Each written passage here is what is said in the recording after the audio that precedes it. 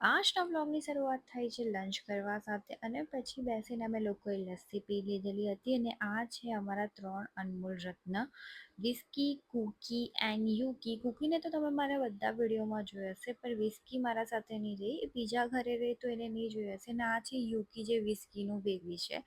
અને કાલે મને જે પીઆરમાં આવેલું એ આજે અનબોક્સ કરું છું. તો પહેલું છે face wash, moisturiser and soap, જેની મારે રીલ્સ બનાવવાની છે.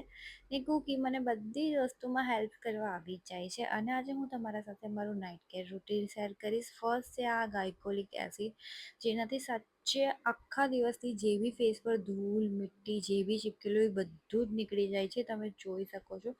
અને પછી આવે છે ટોનર, વિટામિન સીનું આ મારું ફેવરેટ ટોનર છે. અને અગેન વિટામિન સીની સીરમ. અને મારા ફેસ પર વિટામિન સી બહુ સારી રીતે સૂટ થાય છે. મને એટલા પિમ્પલ્સ હતા, પિમ્પલ્સના બ્લેક હેડ્સ, પછી ડાર્ક સ્પોટ્સ બહુ બધું હતું, જે વિટામિન સીથી સારું થઈ ગયું છે. ને લાસ્ટ મોઇશ્ચરાઇઝર.